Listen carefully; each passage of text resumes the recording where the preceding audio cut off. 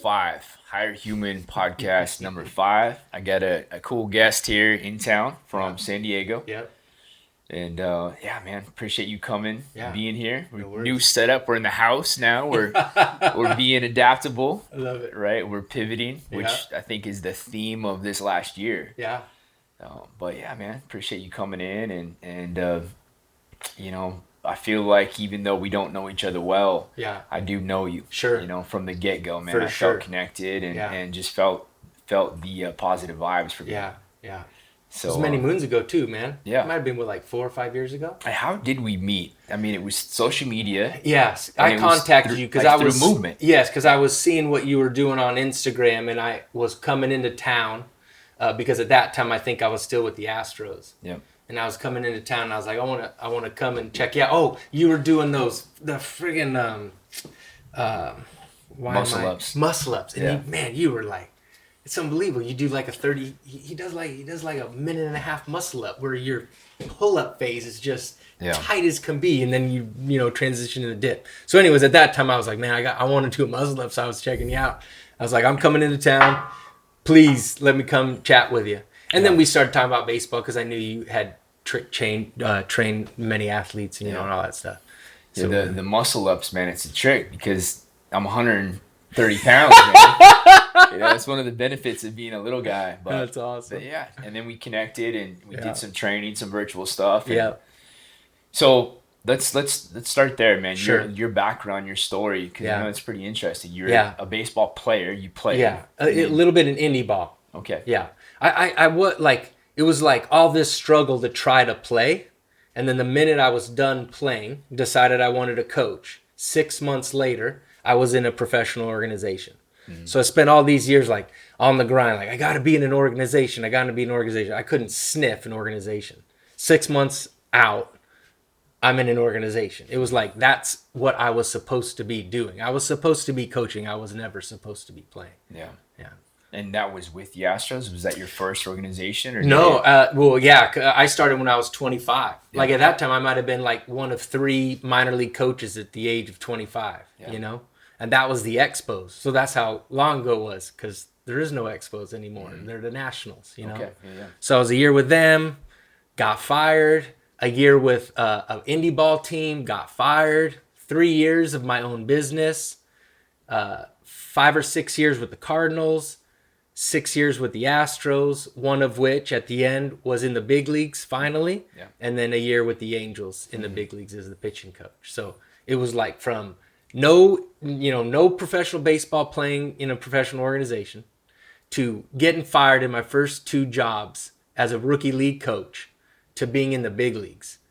There's no way I'm supposed to be sitting here talking to you, talking about a big league experience, but that's how it ended up. And so that's kind of like why I like to come on these podcasts and chat, because I do understand why it happened. Yeah. You know what I'm saying? It wasn't a guess, you know what I mean? Yeah. So that's really competitive getting there. It's similar to a player. Big I time. don't know if the average fan understands how competitive that is. Yeah. Because you working with athletes, it's the rare guy that ends up getting the contract. You got AJ Pollock here, who's been a friend of mine and a client, and one of the first guys I worked with. And I mean, ups and downs to get there, made it to free agency. He's done great. Yeah. But not everybody gets there. You see these guys, it's a grind. And for a coach as well, because everybody's competing for a handful of jobs. Yeah.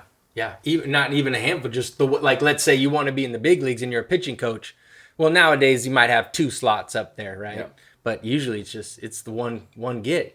And when you're in the minor leagues, it's like there's still only 1 gig per level. Yeah. Right? So you still have a lot of players, But yeah, as a coach, it's really interesting how it slims down big time. And I still was able to squeak my way through and get in there, So what is that like coming up as a young coach in the minors? It's I mean, you're in small towns, you're riding buses, like it's not a super glamorous lifestyle. Not even close. The biggest thing is when I got hired, now it's like the game, it's analytics, it's the data, it's the research, and The development has gained a whole lot of steam. It's still not where it could be, but in a lot of organizations, they're getting closer to catching up, let's say, right? But when I'm 43 now, I started at 25. Me getting a job at 25 with my lack of experience as a player was a joke. It was like, what is this kid doing here? You know? And so I had a couple things I was dealing with internally, you know, not even like externally trying to like fit in, whatever, but just internally with myself, like, can I do this? Yeah. You know, can I coach not being a player, right? Can I come in here and grab some respect and some trust from the players, you know? And then can I hang around in this old school type of experience, right? Where they'll allow me to stay, you know? And that took a little bit of time. Obviously I got fired from my first 2 jobs. So that took a little bit for me to get straight at first, you know? And I learned a lot, but it's definitely a grind. There's no doubt about that. Yeah. Well, I think that takes us in a direction that's perfect for this podcast, because really higher human to me is this embracing growth in all aspects of our life. Like that's a broad perspective, but that's what it represents to me. Sure. Physical growth, spiritual growth, mental growth, Yeah. committing to that and understanding the value. Because I think if we're not growing, if we're stagnant, that's when, you know, shit sucks. Right? Absolutely. So something I had a conversation with just yesterday with a friend was this idea of like imposter syndrome, which sounds like what you're talking Absolutely. about. How did you deal with that, and how did you facilitate your growth? Because I think that's powerful for people to understand that. I've dealt with it. I think we all deal with it when we're younger. Yeah. So walk me through that, and that's kind of your specialization now, Big right? time, Working with people on the mental side and the emotional and spiritual side. So let's start there. Yeah, I love that. So the thing for me is that at first when I was coaching, right, I'm trying to catch up to who I want to be, like who I really am and who I want to be and how I want to show up and how I want to communicate. So there's a lot of things going on that were, first off, I just wanted to be able to communicate with a player the way I wanted to. I wasn't even able to do that at first because I was on autopilot. I was like, someone would talk to me in a certain manner, and now I'm just on autopilot as a coach. Like, I need to be the disciplinarian, or I need to be this, or I need that. And it's pro ball. It's like, dude, you can't do that in pro ball. You'll never create any relationships being that fashion. So I was trying to catch up that way. I'm trying to catch up to, okay, well, what is it like being in an organization? Like, what do I need to be able to do? Because one of the reasons why I got fired from my first job is because I was they literally told me I had too much passion. That literally was a reason of why he told me I was getting fired at the end of the year. What does that mean? Like, what is like, for example, too enthusiastic? Which is interesting. So like one example is it's me, the pitching coordinator, and the farm director. Farm director is the one who let me go at the end of the year, and we got a new kid. Okay, the kid's name at this, we could say he was 20 years ago. Elias Sosa was the kid's name. He's like 18 years old. And I can't remember where we picked him up from. But anyways, he's doing his little workout. He just got to us, right? It's like middle of the summer. And I'm with pitch coordinator, farm director, and I'm watching him. I'm just excited about it. And I'm 25 years old, man, watching this professional kid throw, and I'm just soaking it up. I'm just in appreciation mode. Like, this is great. And I said something out loud. I was like, oh, well, if we can this and this and this, man, this kid's really going to be able to shine. That was something they didn't agree with.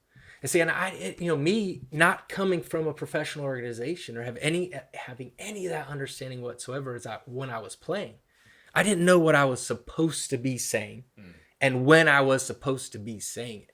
Right. So there's all that stuff going on. But I mean, I'm kind of getting off a little bit of a tangent on it, but the imposter syndrome is pretty simple in this way. Until I understood how I was feeling, and I was willing to be aware of how I was feeling on a day-to-day basis, moment-to-moment basis, right? And then I would take a look at it and then choose another direction to go in with my thoughts. I just kept running into the same wall over and over and over again. It took me like 8 years to really get the point. Like, Dougie, you're not allowing yourself to be who you are. You're not allowing yourself to own that you are a quality coach. You understand this game. You understand how to communicate. Just be who you are and move forward, And so I think that could take one day for somebody. If you get it, you get it. It's not something that you have to take years to figure out. But you have to tune into how you're feeling emotionally, or you won't get there. You won't be able to understand it. Or you'll be doing this a whole lot. Yeah. You know what I mean? So I love that, man. And it's something that I actually have never really thought about it that way. And again, a conversation I had just yesterday was like right around, this is cool because it's the same thing. So for me, and I realize we're all different. Like that's something that I try to accept, is that just because it works for me, I'm a big Zen guy. I'm a big mindfulness guy. That works for me. But I think there's different routes. Absolutely. So I think for me, what I try to do is emphasize acceptance of situations. The awareness, everything starts with awareness. For me, awareness creates space to then get to choose my reaction. So I become less reactive. So I get space. But I've never really thought about getting to reroute or map out a different route. Because like choose another direction. So for me, it's like, okay, I accept it. I feel a certain way. I sit with it. I see it. And then I'm trying to just be present in every interaction. But I think it's really powerful to talk about this idea of mapping another route. So I'm getting tons of goosebumps right now as you're talking to me, because I'm getting ready to say something, and like my inner being is like, dude, you're right on the path. Say what you're thinking about right now from what you just brought up to me, right? And so it's like you're sitting here in this feeling place, just like you said, right? Like I'm emotionally aware right now that I feel this way. Okay. But I'm not going to make a decision just yet of what I'm going to do next, because I understand how I'm feeling. It's not a place to make the decision from. You see what I'm saying? Like inspiration doesn't necessarily come from depression, anxiety, fear, grief. You might find a little bit of relief to get you to that next feeling place, but you're not taking grief to joy. You're not going to make that bridge in a one thought sentence. You see what I'm saying? Okay. So your ability to be emotionally aware first, right? You don't even need to know why. Just what? Just how? Like, how am I feeling? Attempt to put a word to it if you can, right? So I have this thing called the emotional guidance scale that I give people that I chat with, and it's on our IG page, for Mindful Vibin. But okay, so you can identify the word, right? And then it's just about, okay, where do I want to go from here? Do I like the way I'm feeling? If I don't, let's make a statement. Let's make a thought. Let's make a decision to choose a better feeling thought. And so I take this feeling place I'm in now, and I just say, okay, this is where I'm at. I'm totally okay with it. That's one of the things too. You got to own it. You got to be okay with it. And it just is what it is. Yes. You are feeling it. Yes. And it's totally fine. All it's explaining to you is, in this moment, I'm disconnected from who I really am. Like right now, I'm thinking about this thing that's going on in my life. I'm thinking about it in a way that's not really who I am. It's not connected to who I am. So let's say I'm hating on somebody. That's not who you really are. You're love. You're an appreciator. You're a born appreciator. Everybody in the world is. They teach themselves away from it, but they're not born a hater. It doesn't work that way, right? Okay, so if I'm hating on somebody right now and I feel that disconnection, I'm feeling that powerful emotion inside, if in the moment I don't react, I don't then just blurt out stuff out of my mouth, right? I can go, man, I'm in hatred right now. Okay, let me just relax for a second. Let me take that deep breath.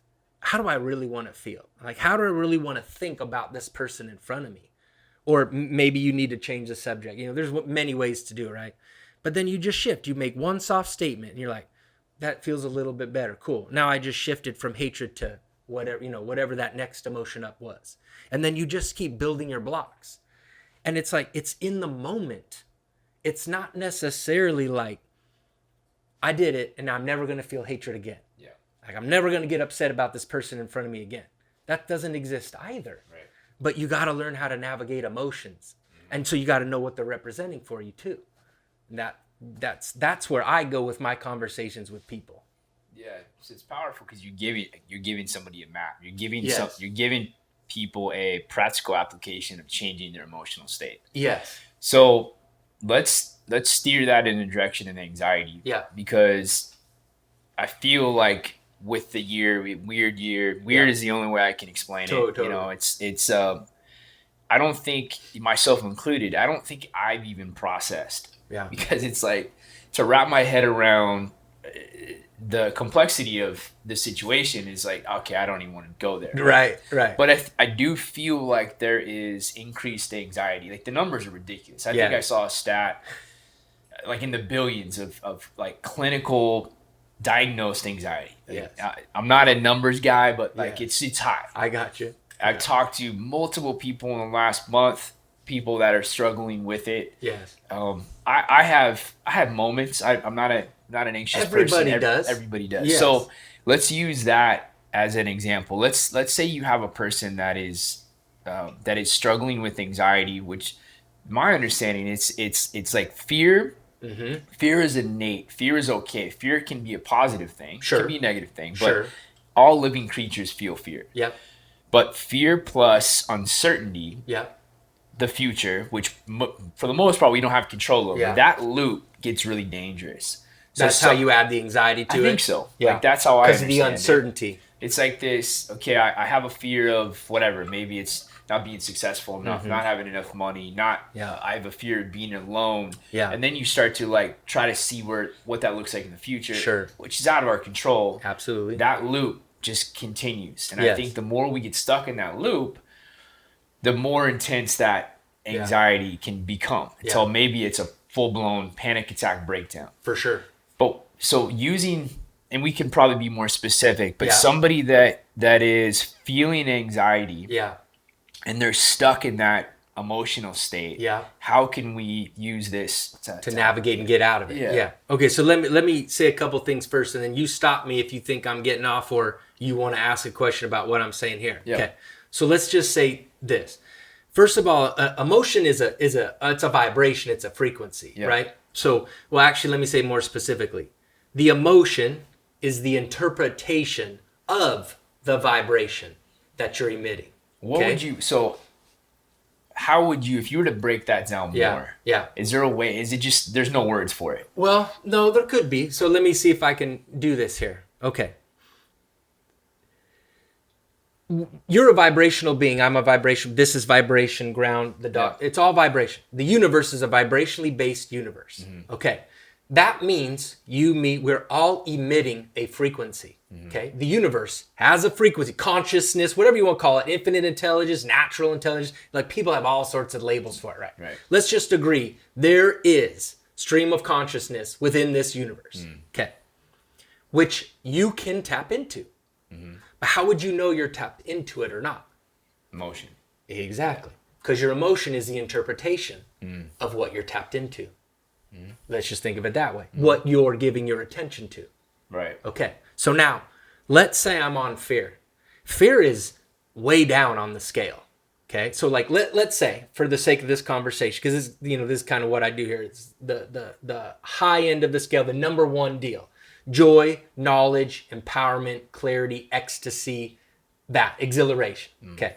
All the way down to the bottom, fear, depression, grief, that kind of deal. Okay. Fear and anxiety, two separate frequencies. Fear is like way down on the scale. We're anxious, and let's just say anxiousness, that's up higher on the scale. That's like number 12, 11, like that's in nervous. You see what I'm saying? That's concern, worry. Being like 1 down to 22. Yeah. Yep. So 22 is the lowest, let's say, right? So as you go 21, 20, 19, you go up the scale, you're getting closer into the positive emotional feeling place of the scale, right? Where boredom would be that cliffhanger. And then once you get over boredom, you're into contentment, satisfaction, fulfillment, and up you go. Then you're into hopefulness, optimism, belief, and up you go. You see what I'm saying? So if you're in fear, that's a totally different frequency than anxiety. So right now, if you're listening to this and you're thinking you're in anxiety, it actually should allow you to relax a little bit. You're not as far off as you think. You're closer to a better feeling emotional state than you know.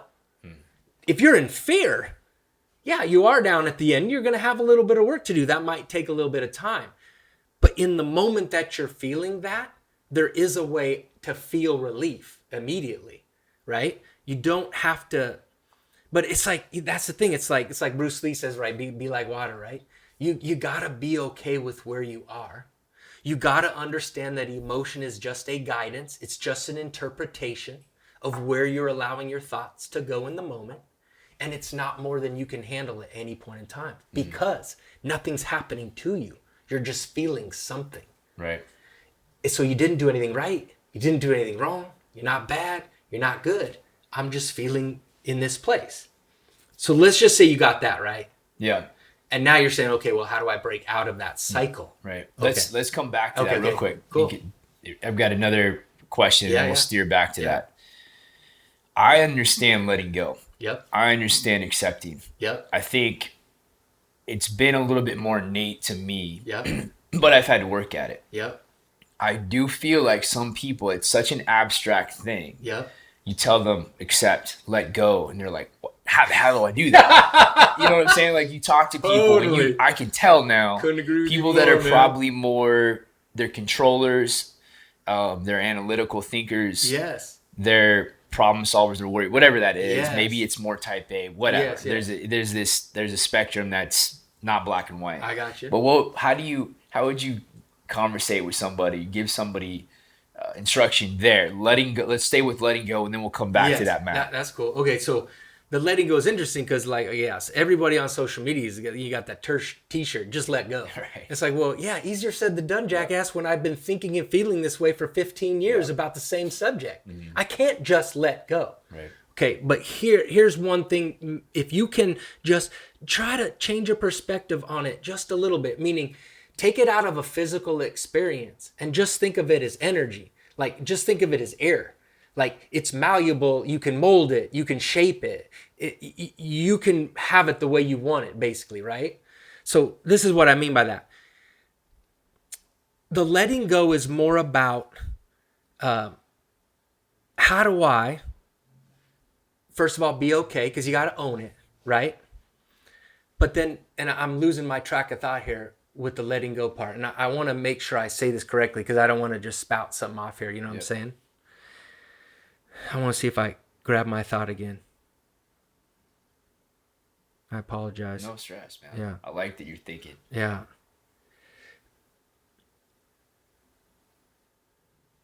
But the letting go is more about, again, it's more about a frequency. It's more about a feeling place where, this is what I wanted to say.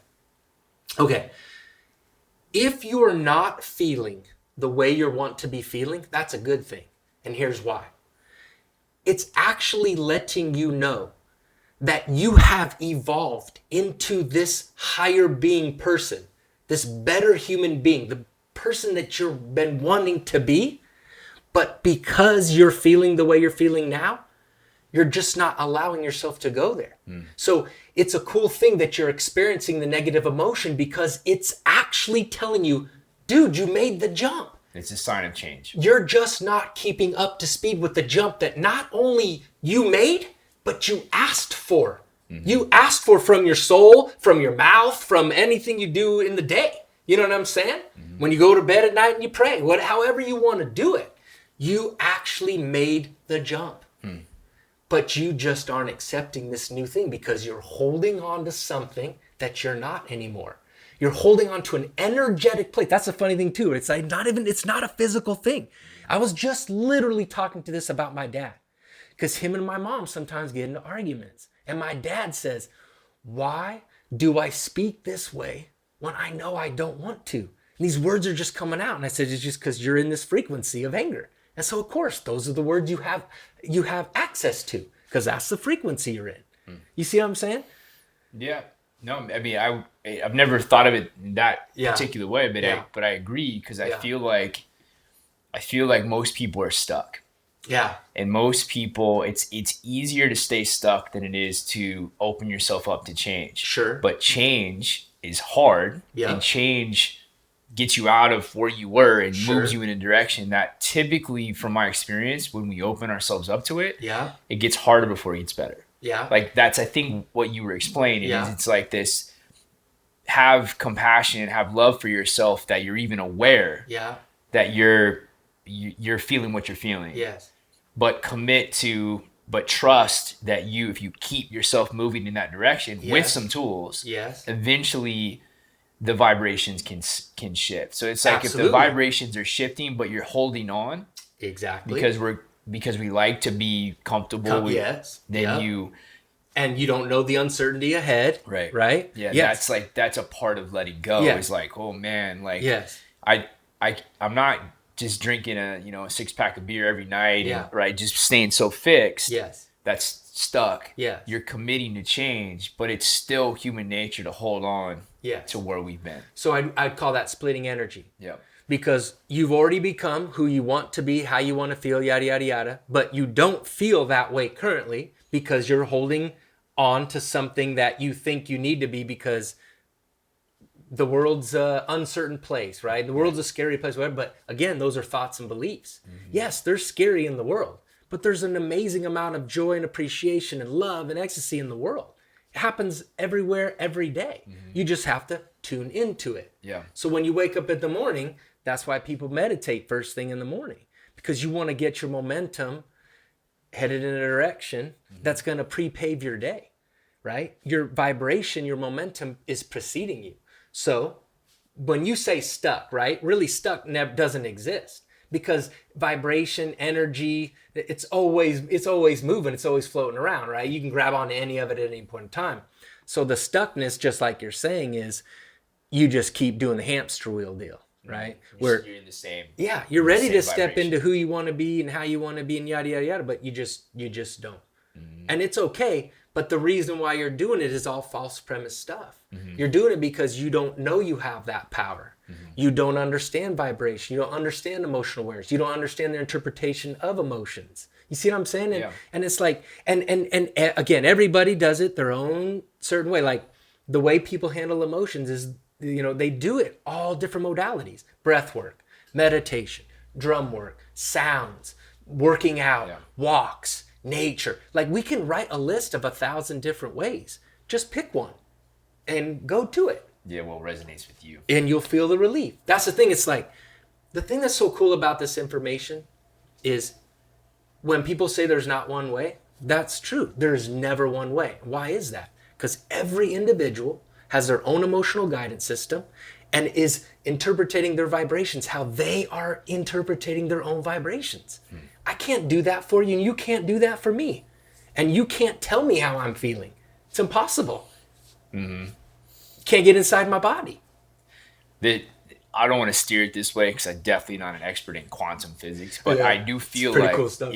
Some of I've listened to some talks, and some of that is, it's almost like that science, which I don't think we really understand yet. Maybe some people do. But we'll be able to explain some of this stuff. But yeah, I'm definitely not a quantum physics guy.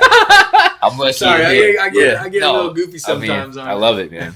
All right, so I think we did a good job, breaking down the letting go, being stuck. I've never thought of it that way. I love that. Let's bring it back to that mapping out process of, okay, somebody's they're perceiving anxiety. We can start there, or fear, and then what's the process of getting them to shift their vibration? So that's the thing. It's like, somebody has to understand the basis of some of this stuff. Like, okay, how long have I really been in this cycle, this thought loop, right? And then it's gonna be a whole lot of, it's okay to be where I am. And now I've just chose to become more aware of what's really going on. So now for me, what I would suggest with most people, they come and talk to me about breaking a cycle. The first thing I talk to them about, are you even aware of the cycle that you're in? Okay. If you are, just chill on it for a while. Don't do anything. Just go be an observer of your world for a week. I literally say a week. I say, even when you're in conversations, don't do anything. Just listen. Don't respond. Just listen. See how you're feeling based on the information that's coming your way. Take note of it. Go walk in your neighborhood. Take note of how you're feeling. But be aware of why you think you're feeling that way. Not in the way like the deep, dark, rabbit hole deal, but just, oh, it's interesting. I'm thinking this right now. It's funny that I'm feeling this way as I'm thinking this thing. Or I went into work. Oh, this is interesting. I'm opening this door into work. And this is how I'm feeling right now. I never really was aware of that. You see what I'm saying? Because you really don't know until you know that there could be a whole lot of things that you go about in your day that you were never aware that that's how you were thinking and feeling about those things. And so it's like when you want to break a cycle, you're talking about maybe a behavior that you've been doing all day, every day for many, many moons. So give yourself a break. The first things first is like, just pat yourself on the back that you're even in a place that like, man, this is cool. I'm aware and I'm wanting to feel better. That's the first thing, right? Okay, cool. So now I always talk about practice of meditation. Some sort of meditation, some sort of breath work early in the morning, or not necessarily early in the morning. When you get up in your morning, you go about your day. Yeah. So that again, all you're trying to do is slow down the thoughts that are going on in your head that play nonstop. If you were talking about somebody who has anxiety, like pretty high level of it, they wake up in the morning and it's there. Yeah. Right? Like they barely even got to sleep. You know what I'm saying? They got to sleep. They woke up in the morning. Here it goes again. Okay, so cool. No problem. Meditation helps you to quiet your mind. Slow down momentum in the direction that you know you don't want to be headed in. Cool. No problem. Start some of that, right? Then start understanding like positive aspects about what's going on in your world. Tune into the things that you know you want to be headed towards. If you want to be headed towards appreciation, do the best you can at some point in the day to be in an appreciative state, right? Be in a content state. Be in a relaxed state. You know what I'm saying? Like think of it more as like, I'm going to tune into something. And then the biggest thing is don't try too hard. Because now all of a sudden you think you're going to make yourself feel a certain way. And that doesn't work either. So it's like there's a whole art to this deal. It's hard, like in this podcast form, to be like, okay, do this and then do this and then do this in your face. It's like that way. Yeah, it's there. Like once you have the foundation of what's really going on, okay, cool. Now there's an art to like now you're going about your day and you're going, I really like to do this when I feel this way. Cool, write it down. That's in your book. Now you can go to that. But guess what? In 2 months from now, that might not work. Yeah, you might have to evolve to something different. Mm-hmm. Yeah, no, it's interesting because it's awareness has to come first. Yeah. And breath work, mindfulness, whatever you want to call it, is a tool to become more aware of your thinking. Yes. Right? So that's something that I felt like I try to tell people that you just have to trust it. Yeah. Trust that you'll get there, but it doesn't happen overnight. Exactly. At some point, I feel like, at least for me, there was a shift where all of a sudden I started to be more aware of everything. Yep. Of interactions, of my own thinking, of my emotions. I never really thought of it emotionally. That's really cool to think about, and energetically or vibrationally. That's really cool because I'd never really made that connection. Yeah. And then once you're aware, you can start to shift the way you think about a situation. Yes. So what about, because I tend to do this. So this would be a cool topic to shift to, is I tend to, a lot of it is time. I'm busy. I'm thinking, like for me, a purpose, a passion is helping people. Yeah.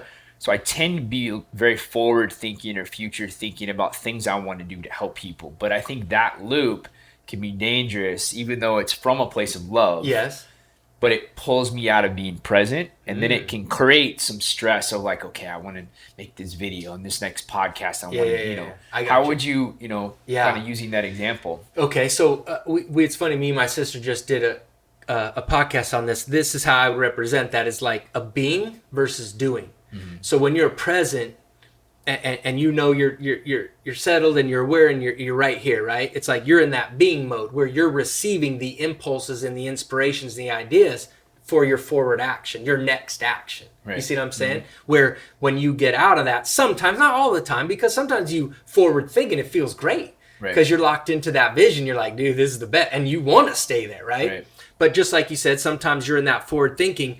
And now you're trying to write the laundry list, or but then what happens if this doesn't happen the way I want it to, or what happens if I can, or this, however that goes. So now all of a sudden you're in the doing mode.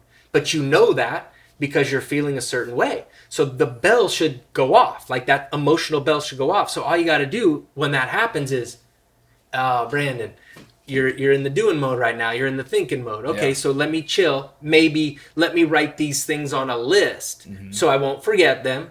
And or because on my phone I got all these different notes, right? Yeah. So now I know that's for later. Let me get back to where I'm at because I can't handle this stuff now, anyways. So let me get back to where I am. So, like, that's one example, right? But you as an individual, you might come up with 30 different things that you like to do in those situations now because you're aware of it and you're like, oh, okay, cool. Because it's like when it's really funny, but when you chill, life just takes care of itself. It really does. Yeah. Because we're vibrational beings and it's already taken care of us. It's already taken care of. It's already laid out for us. But the actions you want to be doing from an inspired place, not a grinding, motivating, struggling place, because that just brings more resistance. Like you could still get through it, but that's like, for an example, with an athlete, that's where your injuries come up. Yeah. Yeah. Yeah. So it's okay to plan. It's okay to visualize your future. Yeah. It's okay to think about the future, but there's a time and a place for it. And once that's done, the art is then coming back to the being. Yes. Right? And also, while you're doing those things, be aware of how you're feeling. Yeah. Because maybe it is not the right time and place. And you'll know by how you feel. Or you're thinking about in a way. Because that's the other thing too, is people have all these goals, right? And they have all these plans. For me, I'm cool with that. Like, do whatever planning you want, whatever goals you want. But if in the process of that, you're beating yourself up because you can't get the goal or you don't see the vision for the goal, then the plan and the goal is a hurtful thing in those moments. It's an emotion. The emotion is it's letting you know you're not looking at it in a way where you can even get to it. So you need to go more general in that moment. Maybe 2 weeks later, you can come back to it and you can look at it in a way more specifically. Now you can write your goal list, right? But like for me, okay, let's say me, right? I got fired from the Angels, right? I wasn't about to write a goal list for the next 5 years of my life. Right. I write that goal list. I'm going to the toilet. I'm throwing up. You know what I'm saying? Like that wasn't going to happen in that time. All I wanted to do at that time is recognize, how do I want to feel? Because I just wanted to resonate in a better feeling place. I wanted to sit in a better feeling frequency. Yeah. So there's another example of it's okay. Like it's okay to feel the way you feel and just sit in it a bit and then give yourself space to start to shift that. Absolutely. Yeah. Right. Because it's like, I tell people this all the time. If I would have thought about being in the big leagues, like when I was 25, it's like, I have zero clue how that's going to happen. If I'm at 25 going, I got to get to the big leagues, and this is how it has to happen. These are the goals I'm going to make, short-term and long-term, right? How am I ever going to take the path that I was on to get to the big leagues? There's no way I was ever going to write that up. Not one chance. Yeah.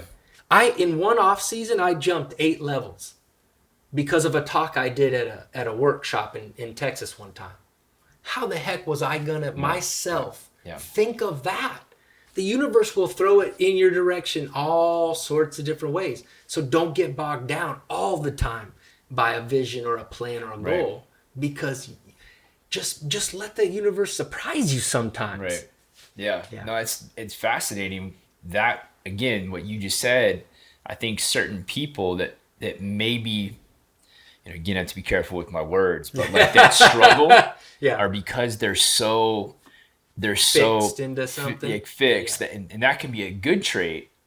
But that same person that is literally mapping out their 5-year plan, this is where I want to be, and they work backwards. There's no way of knowing exactly how that's going to work. So based off of that plan, they're failing. Now, I'm not that type of a person, right? So it's interesting. I tend to be more flexible by nature. I have a vision, I have plans, but I'm like very much okay, after that point, I'm rolling with it. Gotta let it go. So it's almost like we have to understand who we are as humans, and sometimes there are gifts and curses that are the same thing. So that person that is a very strategic, very organized, they might be so stuck on that structure Yes. that they can't feel joy because they're constantly failing because so much is out of their control. I don't really know if I want to say this right now, but it's like, I'll just make a general statement. That's why sometimes people take their own lives. Yeah. Is because they don't give themselves that reprieve to feel that joy, that what they've laid out for themselves, they're getting there. They're doing it. Just because you haven't got to the end manifestation doesn't mean you're not on your way. Yeah. And there's all these different roads to get you there, right? And so you just keep beating yourself up. You can't recover from it. Mm-hmm. You can't get yourself into a better fitting place, you know? Yeah. And so it's like, just like you said, it's a curse, but it's also a blessing, because sometimes that's how you get yourself focused. Yeah. And you get yourself locked in. Okay, but just know that that's where you are. Locked in focus-wise feels really good. Yeah. It feels clear as hell.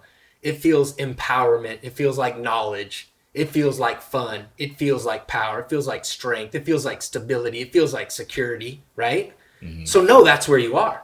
But as you start to plan things out, if insecurity is creeping in, it's there for a reason. Because whatever you wrote down, you're not in a match with yet. Like, you don't see how you're going to be able to get there. Yeah. No good to write it down then in that moment. Yeah. So that creates a different vibration. That's that split energy. We know we can't control that probably intuitively, but maybe we're so programmed to think that we have to be specific. But what's happening is the vibration is being shifted, because I can't say I'm going to jump 8 levels in one off season. There you go. And that's your anxiety. You would never know that. Never.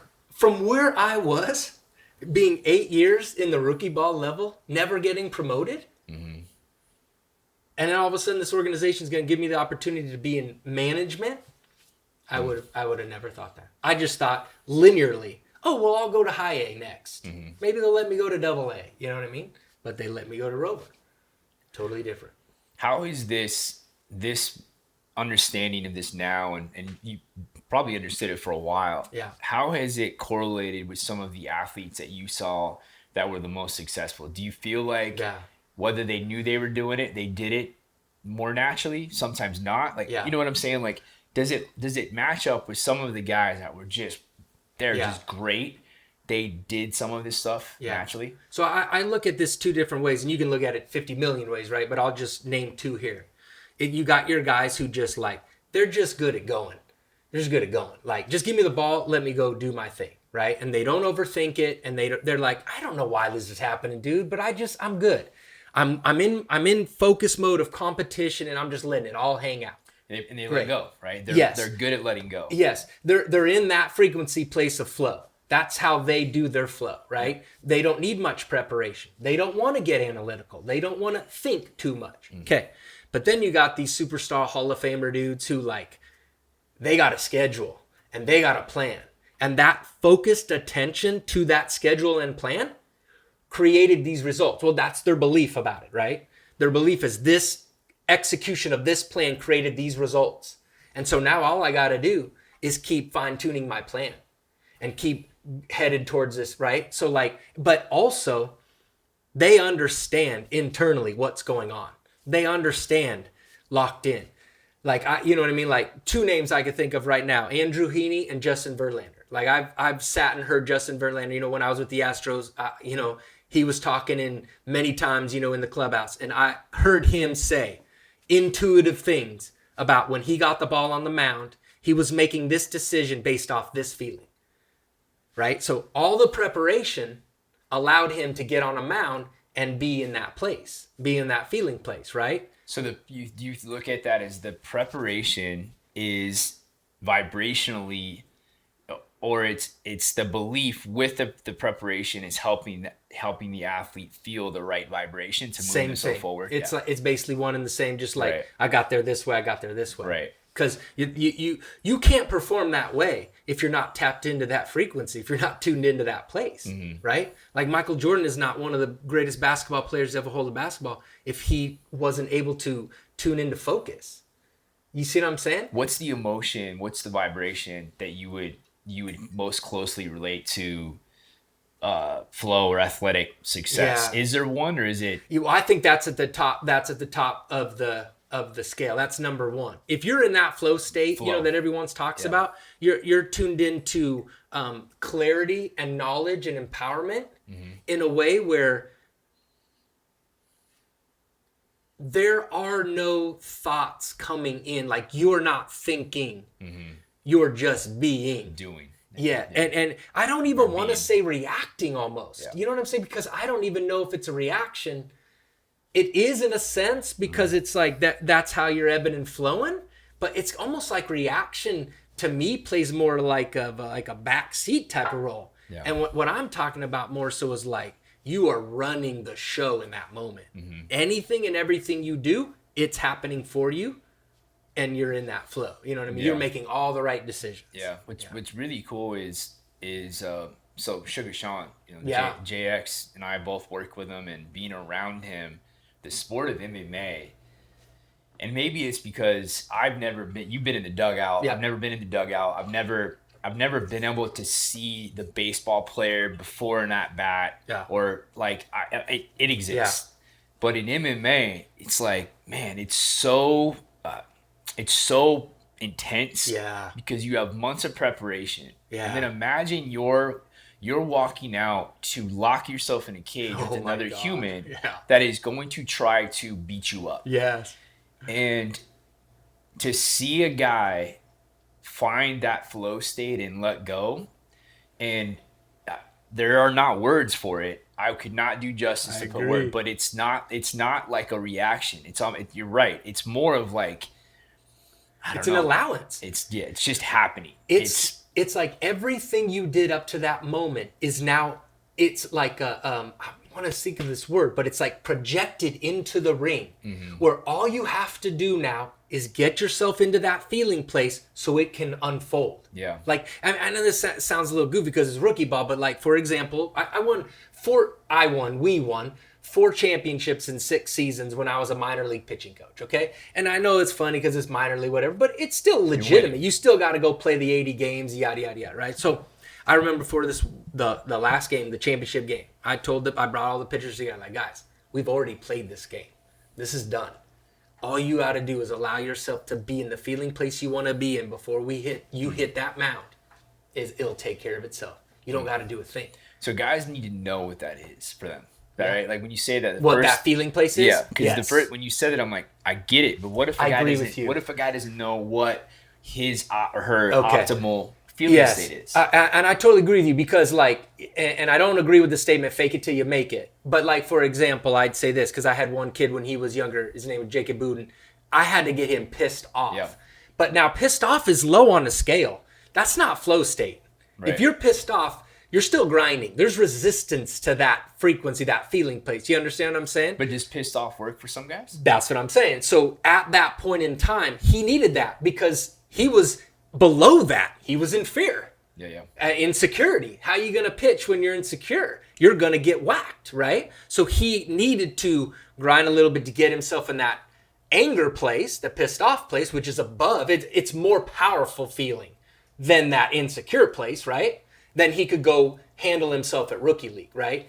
Now, what I feel happens is, as a professional, true professional, Hall of Fame type of deal, you get into an understanding that you don't need to add the resistance to yourself because it depletes the energy. Yeah. If you're a reliever, that's cool for your inning. And if you're Sugar Sean, if you're Sugar Sean, he depletes himself before he even gets in the ring. He's toast. Right. So he has to feel a place of relaxation in his gear. Yeah. You know what I'm saying? I love that. Well, what's cool in MMA too, man, is the sport has evolved so much that this is speculation. But I've watched it for years. I watched, when I was, just out of college or in college. The early days, fighters won that were like I remember those days. Just the tough dudes. It doesn't seem to work anymore. The guys and girls that are at the top are flowing. They are calm. They've learned to not waste energy. So it's really cool to see that. I imagine you're seeing that in baseball. You're seeing that in basketball. Sport. Like it's evolved so much that there's no place for wasting energy. And I don't know what that's like because I never got to that level, but I know when I'm all worked up, I'm wasting energy. Absolutely. Like when I go on runs, I'm trying to flow with my breath. Yes. And my economy of movement is so much better. I can see it. Yes. So it's really cool to Yes. think about it that way. I love the concept of vibration because that puts a completely different twist on it. Yes.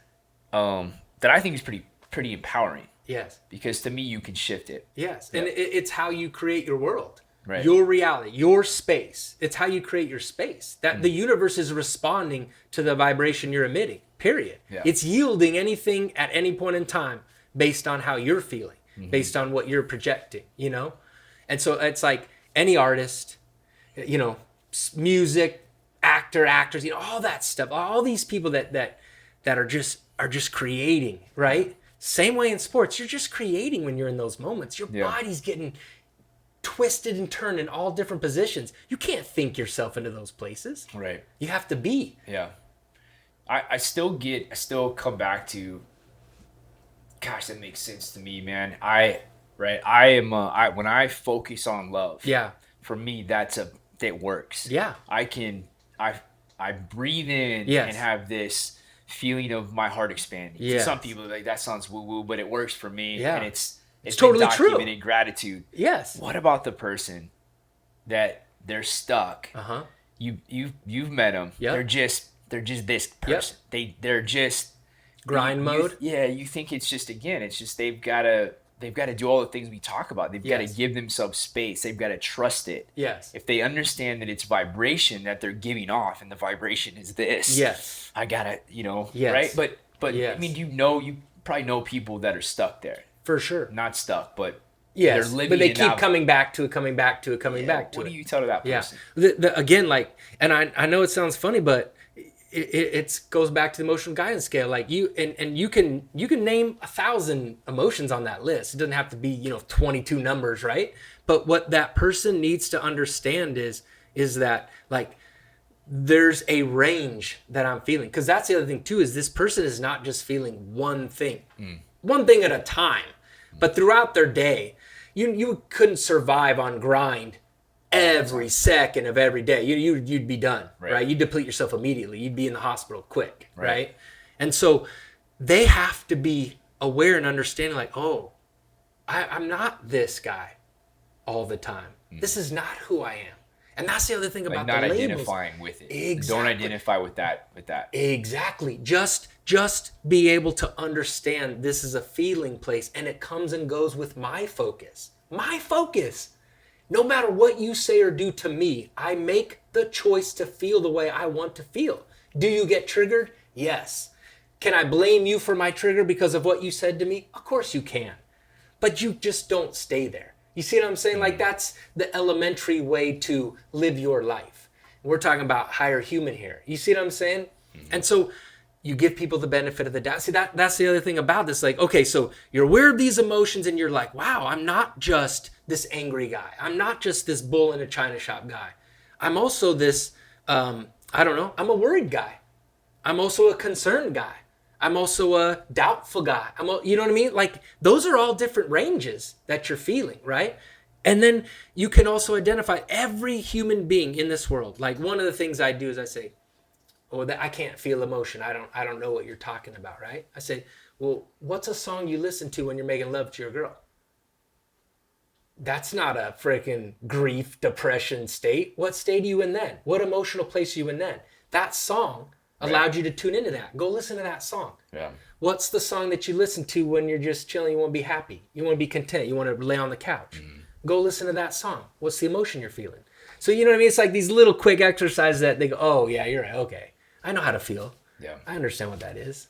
In that sense, music facilitates a vibration. Yes. Right. Well, there you go. So that's one of the things I was going to say is like people want to know as an athlete, how do I get myself tuned into that place? Well, that's one thing. You use music as a way to resonate with a vibration. Mm-hmm. The music is throwing a vibration out there. The rhythms, the tones is a vibration. And it's a frequency. So it hits you You go at, you know what I mean? You come together, you're like, damn, I'm there. That's it. Well, that's the same place that you want to be when you're shooting a basketball or hitting a baseball, throwing a bit, whatever sport you want to put to it. Yeah. Same deal.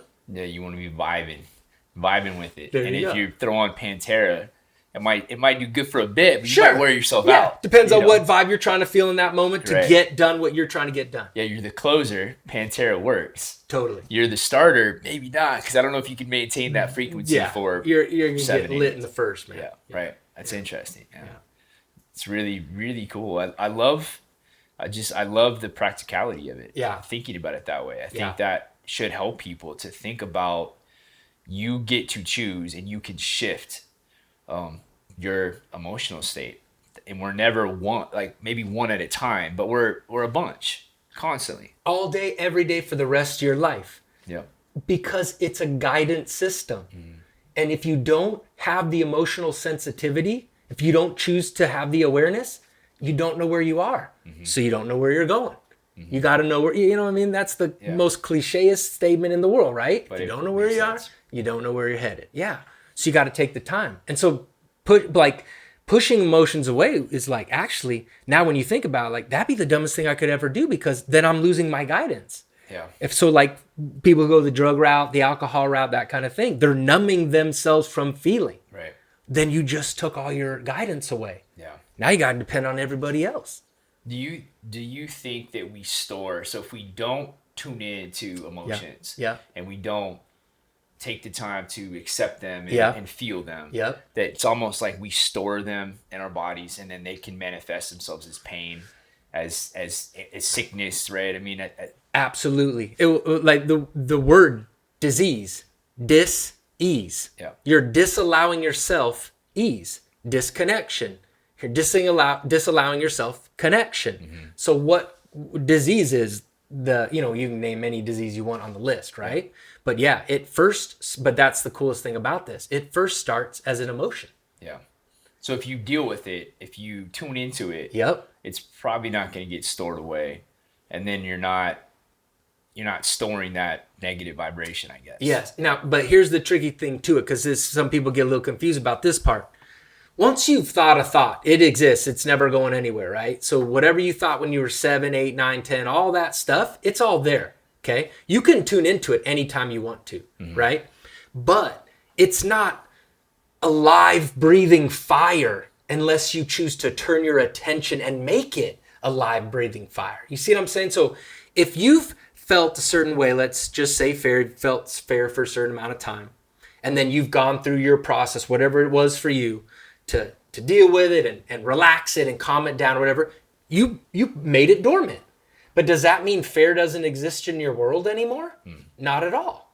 It totally exists. Yeah. And sometimes someone will come about and do something or say something that will trigger you into this emotional feeling place again, because you go back in time to this physical experience.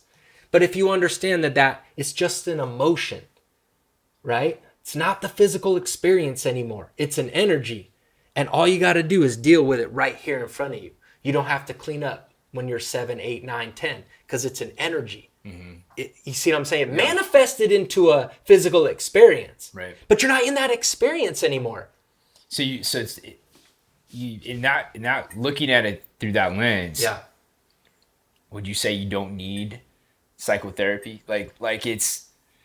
I don't want to get a lot of people upset with me. But I agree with that. I don't have any. This is purely subjective. Yeah. But I've made this statement is I feel like for me, I could go back and I could try to understand all the trauma that I had. Totally and we all have it. I'm pretty fortunate. Like I didn't experience a ton, but I'm sure there's stuff there. My parents are divorced and I was young. There's probably stuff, but fuck, that's a lot of work. The more I tune into feeling who you are now, I feel like I've become a happier person without having to do that work.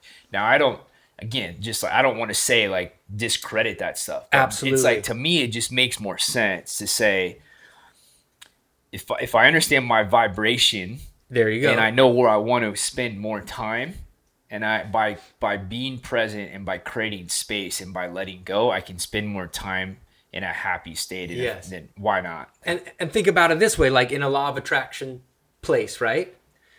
If you're gonna mess with this frequency place, like I'm gonna go back in time and I'm gonna dig these things up. Based on the law of attraction, there's no end to the digging. Because as you focus your thoughts in a certain place, you get more thoughts in that place. Yeah. You understand what I'm saying? And you're existing there. That's a negative vibration. So the more time, so now there's the kicker to this thing. We are not saying don't spend time there. We're saying be aware of the amount of time you're choosing to spend. Yeah. Because the more time you spend, the more of those thoughts you're going to have access to. Do you really want to have more access to those thoughts or not? Mm-hmm. So take the time to be aware of how you feel and own it. Own it for as long as you want to. 20 minutes, 2 hours, 2 weeks, whatever you want to do. But just start looking around your life. If you do it for 20 minutes and you move on from it, that's pretty kick-ass. Yeah. Let's see what happens if you stay in it for 2 weeks. What happens if you stay in it for 2 months? Mm-hmm. What happens if you stay in it for 2 years? What is going on in your life? What are the things that are physically now representing themselves in your life? That is a true thing. That is a real thing. That's not woo-woo stuff. That's how the universe evolves. That's how it works. Mm-hmm. And so that's why I think, and again, everyone is at where they're at. So you might have an inspiration to psychotherapy. And guess what? If you have a true inspiration to it, that's exactly what you should do for that moment in time. Right. And you should sit with it and you should do it for as long as you think that's going to work. But since we're vibrational beings, that won't be the place you're in forever. Right. It'll be the place you're in for as long as you're in the place you're in. But then you'll need to let go. You got to tune into that. Exactly. You got to tune into where you're at. If you're there too long and it's starting to create... Is it still serving you? Yeah. If it's creating tons of negativity because you're living there. Yeah. Your mind is processing all of these things that have happened to you. Like, yes. You don't want to live there for too long. No. It might open the door for some cool growth, but be careful with being there too long. Exactly. Yeah. Agreed. How would you summarize? Can you summarize this? Can you give people, like, what is this? When did this aha moment occur for you? Yeah. Is it something you've been building for a while? Yeah. You said you're 43. Yeah, 43. I'm 40. I feel like the last couple of years of my life have really been a ton of cool growth. That's awesome. But so what was the big step for you? Yeah. If there was one. Yeah. And then is there a elevator pitch if you are? For sure. That, but you know what I'm saying? Yeah. I'll do the elevator pitch first. Okay. Vibration, attraction, emotions. That's how I lay it down for everybody. This is a vibrationally based universe, and you are a vibrationally based human being. Mm-hmm. This is an attraction-based universe. And whatever frequency you're emitting, you're attracting. Mm-hmm. The universe is yielding it to you all day, every day. Okay? Your emotions are your interpretations of what is going to come your way. Mm-hmm. Do you like how you're feeling or not? Mm-hmm. If you don't like how you're feeling, change it. You better do something about it. Because a manifestation is coming. Mm-hmm. You might not be very happy with it. Right. You see what I'm saying? And none of this is right or wrong. And none of this is good or bad. It's just what type of life do you like to lead? Do you wish to lead? Right? So I was 19 years old. I've always been seeker. Meaning, like, I want to know what's behind that, what's behind that, what's behind that. Like, that's not it. That ain't true. That's bullshit. That ain't true. Right? So when I was 19 years old, I experienced my mom. She brought me to a workshop. I sat down in that chair. I listened to the information. I'm like, holy shit, this is good. Like, it resonated with me inside and out. So I knew for me, this is something I'm going to keep on. I kept with that information until I was like 30 years old. I was at another workshop and I'm sitting there and I'm like, man, this girl was asking this question, right? And getting their answer. And I'm like, damn. I was like, I think I'm that dude who reads these books.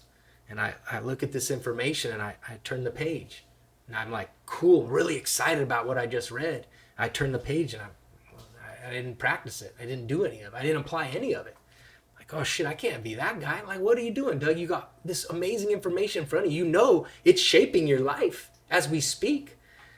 What are you doing? So from that day forward, I was like 30, 31, sitting in that chair. I made the decision every single day of my life, in some way, shape, or form, I'll choose to be aware of how I'm feeling.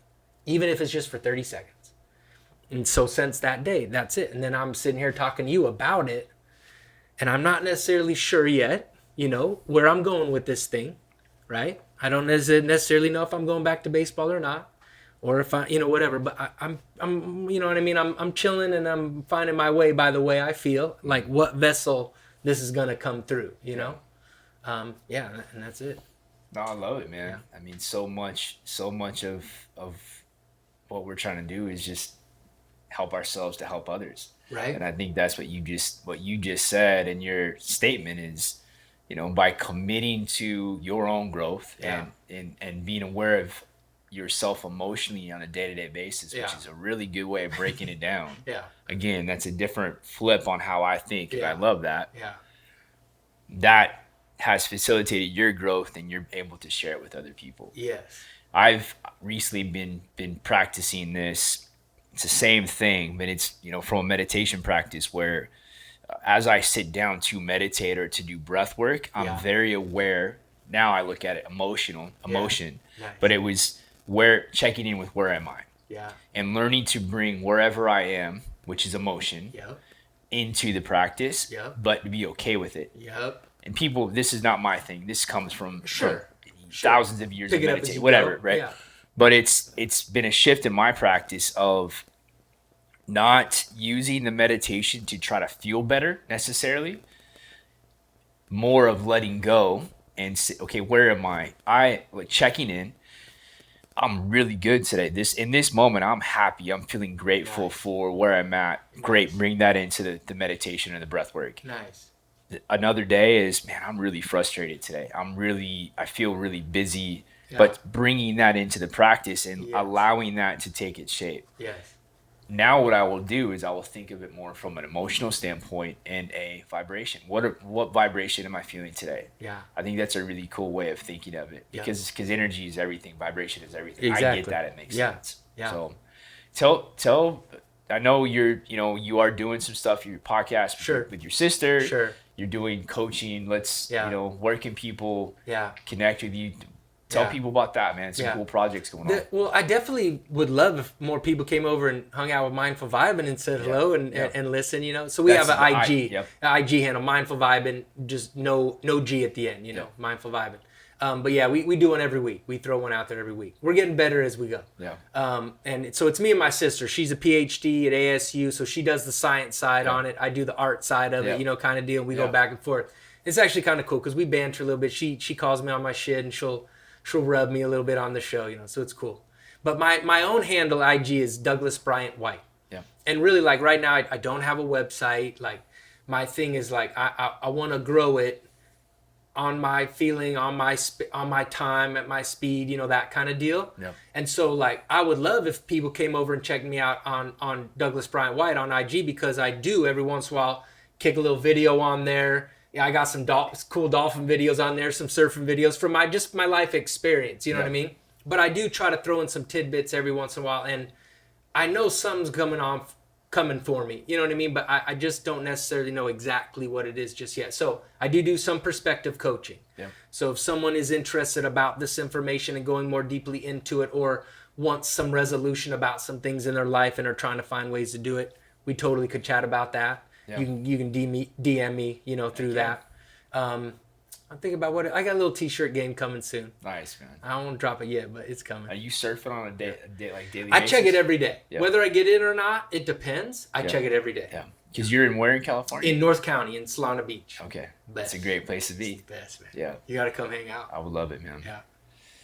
Well, heck yeah, man. Yeah. I think I don't know where we are in time. A little bit over an hour. Yeah. Wow. So we were rolling. I love it, man. I mean, to me, there's a lot of really cool practical stuff, and it's shifted my way of thinking. That's what this is about. Nice. But yeah, appreciate you. No, thank you, man. Appreciate anybody that's out there watching this. Check out Doug. Go to those pages. If you guys have questions, I do my best to check the Higher Human YouTube page, as well as my IG. So let's keep growing. Let's keep checking in with ourselves. Let's keep creating space. I think that's huge because right now people are struggling. For sure. We've always struggled. Yep. Everybody does. Yep. But tune into your emotion, understand you can change it, Absolutely. give yourself space, and Yeah. let's roll. Yeah. Cool. Nice. Money. Thanks, brother. That was good.